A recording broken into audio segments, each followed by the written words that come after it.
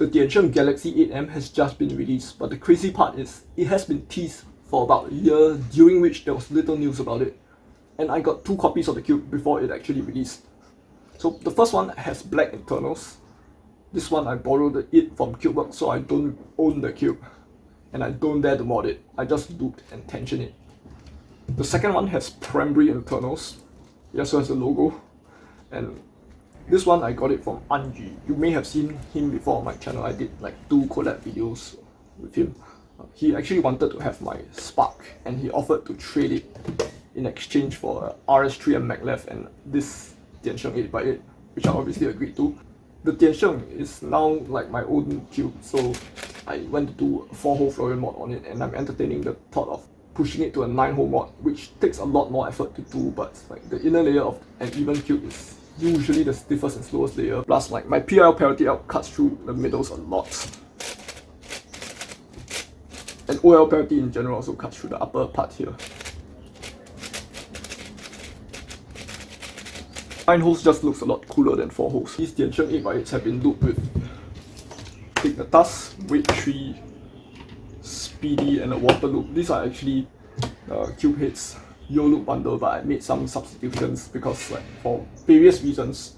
Like, usually it's because I don't own the exact same loop, like I don't have mistake, and I actually have DNM, but it's a very small quantity, but I have a lot of like a different loop with similar functions.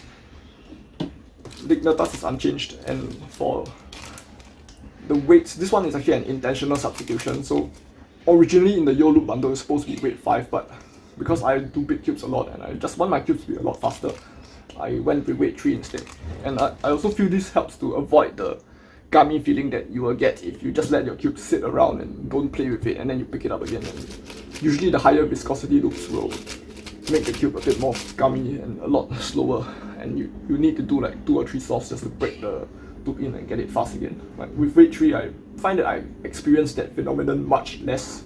When it comes to what the Diansheng 8x8 actually is, it's pretty much a Meilong 8 with most of my MF8 upgrades pre-installed in the factory. So I would say that there are 4 main upgrades: Spring Swap, Magnetized, and Florian-modded. And like if you add on what the Meilong 8x8 is, it has an upgraded mechanism over the MF8, which I talk about in another video. The Diansheng 8x8 is like, the only thing it doesn't do is the Florian mod, but it is like, it most likely comes with a softer spring from the factory, which corresponds to the spring swap. This factory magnetized responds to the fact that I had to magnetize this myself. It also has a mechanism that's pretty much copy-pasted from the Meilong, which accounts for the Meilong having the upgraded mechanism over the MF8. So before you dismiss this as a fact, as most big cubes looking the same, and like, especially if you're new to my channel and you haven't seen some of my older videos, like, I would say that all the models are actually quite different. The MF8 has 3 shells and 2 anchors. The Chi 8 has 2 shells and 2 anchors, but one of the anchors is big. It does a little bit of the job of the 3rd anchor since it doesn't have a 3rd anchor. The Meilong 8 and Diansheng 8x8 on the other hand have 3 shells and 3 anchors, and the proportions are also very similar to each other. All the major differences between the Meilong and the Diansheng are related to how the pieces are put together and not how they are shaped. Firstly, the hollowing is a bit different. The Meilong edges are hollowed on the inside face, where they are solid in the middle, and chunks of plastic are taken out from the sides. The Diansheng is hollowed a little bit more like the Guansu and the original Shengshu 4x4, where it's on the back of each piece and it's a hole right in the middle. It's not like carved out on the sides. But more noticeably, the piece construction is different. So the centers are pretty much the same between both of them, but the edges and corners of the Meilong are built like a stickerless cube, where there are splits, and each half of the piece or each split part of the piece is a different color. Whereas the Diansheng is built more like a gun cube, where the entire piece is just one uniform internal part, and then 2 caps are put on the outside to have the colors. The internal can either be primary or black, and it has an anti-stick design that looks a lot like a gun cube, as well as a colored magnet capsule that also looks a lot like a gun cube. This colored magnet capsule is actually not coded for strength, but rather which piece it belongs to. So if you look at the corners themselves, they're all red, and then the second layer piece is green on both sides, the 3rd layer is blue on both sides, and then same thing for the internal, which is yellow on both sides, even though the innermost part needs to have a double magnet due to polarity issues, or like the double magnet is to get around a polarity issue.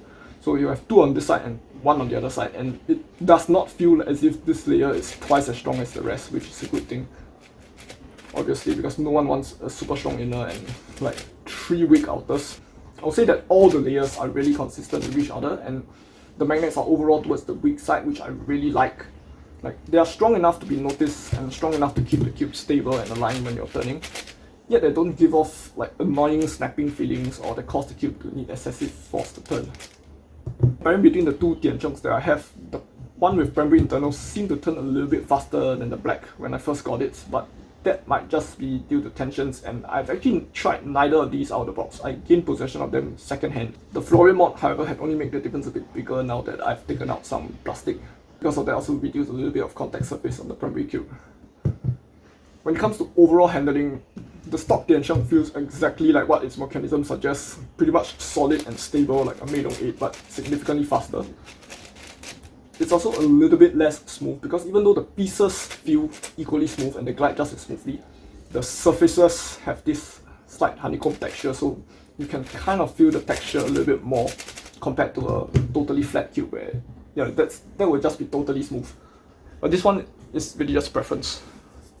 If you like the texture, then obviously this will be an added plus point to you. For me, I don't really think it makes that big of a difference. For the Florian cube, I would say that this one is a lot nicer.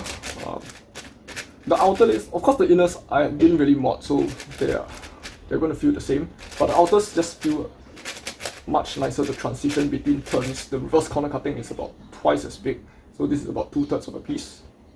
This one you can't really cut 2/3, but you can cut 1/3. And overall I find this really nice for edge pairing and 3x3 because edge pairing, you do some slicing like that and then like, lots of quick insertion on both sides. And then 3x3 obviously is the exclusively outer layer part of the solve. That's when this cube really shines over this one. When it comes to pops, I would say that the Diansheng 8 is pretty much just as difficult to pop as compared to a Meilong 8, which is like the 2x3 and 2x4 pieces don't fly out super easily, although you can make them fly out if you want. Whereas with the MF8, you are pretty much guaranteed to get a pop if you corner cut 2x3 or 2x4. And overall, I would say the Qi 8x8 is the hardest one to pop. Speaking of which, I've tried unused magnetic Qi 8x8 and it's much better than the non-magnetic one I showed on my channel. So 8x8 isn't perfect in my opinion. Like the theoretical best 8x8 would be a fully magnetized Qi with like an Alfu GTS anti-deforming mag and a 9-hole mod. And all the smaller holes are the same size as the MF8 holes. Because I do think that the Meilong and Diansheng have slightly smaller holes than the MF8, and the Qi pretty much doesn't have holes. But out of all the existing cubes, the best cube would be a toss-up between the Diansheng and the Qi. The Diansheng is pretty much in the same group as the MF and the Meilong, even though it's a different brand, but the mechanism is just similar to the Meilong and its overall feel is also in the same line as both of them. Its main deal is that it pre-installs more upgrades for you, so you don't have to do it yourself, namely the factory magnetization and having a good default spring that you don't need to swap out. The Florian mod is optional and the cube is really good without it.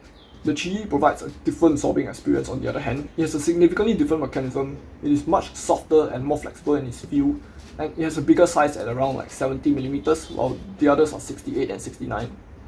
So if this sounds like your thing, you might want to go for it, except that with such a stability level, I would say that the Qi 8x8 pretty much needs to be magnetized, and like the 9-hole Florian mod is like, would be even more recommended than it is on all the other 8x8s because of how square that cube is. But overall, I would still recommend the Diansheng to most people, unless you are a crazy person willing to put in all those effort and you really understand cube design enough to know how the Florian mod actually works.